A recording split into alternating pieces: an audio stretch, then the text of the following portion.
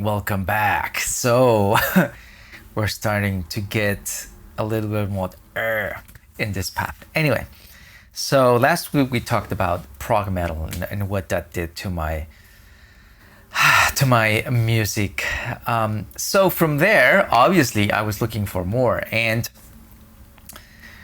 I had this friend in high school. He was not a musician. He was just a friend of mine, but a big metalhead. So when I met him and I learned that he was into metal, I was like, oh yeah, sure, man. What are you listening to?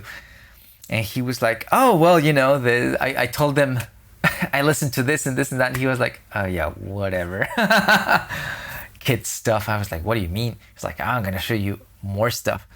So thanks to him, I was introduced into speed and thrash metal, and I was like, oh, this is insane. At that point in time, I was really getting into, I need somehow heavier stuff was really getting into me. So obviously speed and thrash were like the genres that really fitted into what I needed at that time. So I dove in right away. And obviously, he introduced me like to the very first band that I heard from the genre, and it's a band that you are very obviously familiar with. I don't care what kind of music you listen to, you know them, and it's obviously Metallica. So this band again, another band for the record of the evolution of mankind. And my favorite albums from this band are these two: Master of Puppets and Justice for All. This is for me, Metallica. These two records, I think I listened to them hundreds of times. I don't know. They're both amazing. Nobody played like this, and nobody ever will.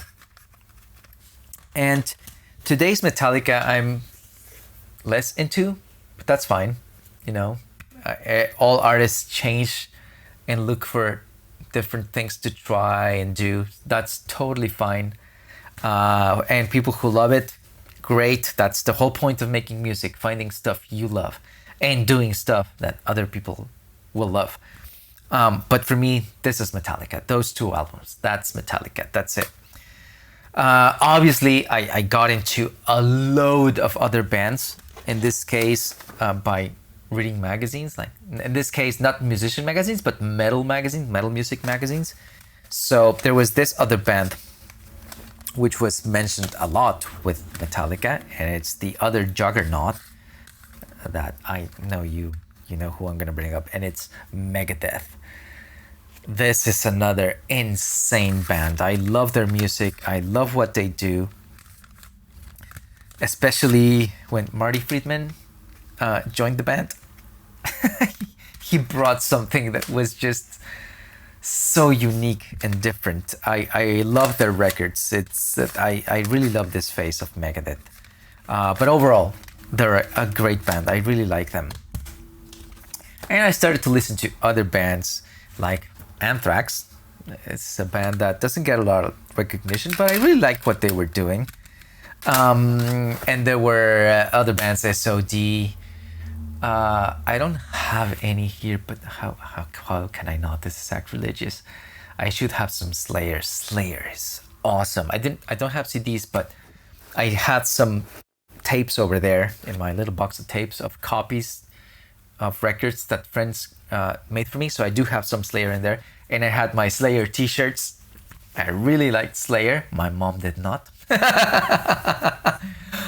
I love that band. But there is a band who became, for some reason, my favorite band in the genre.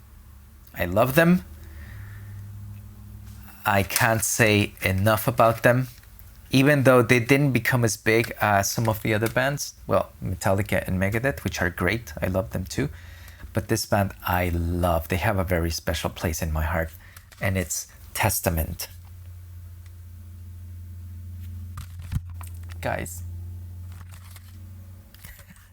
Alex Skolnick absolutely rules on guitar, no matter where, no matter what. I love these records. I love all of them. All of them. It's music I could just listen to forever. And that's it. I don't have a lot to say about thrash metal and speed metal because I didn't stay there very long.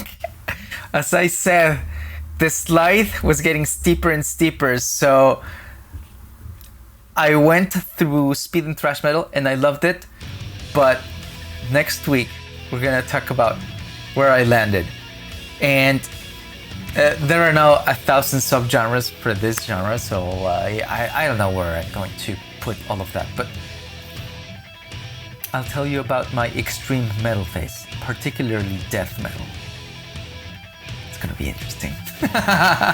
So I'll see you next week. Bye.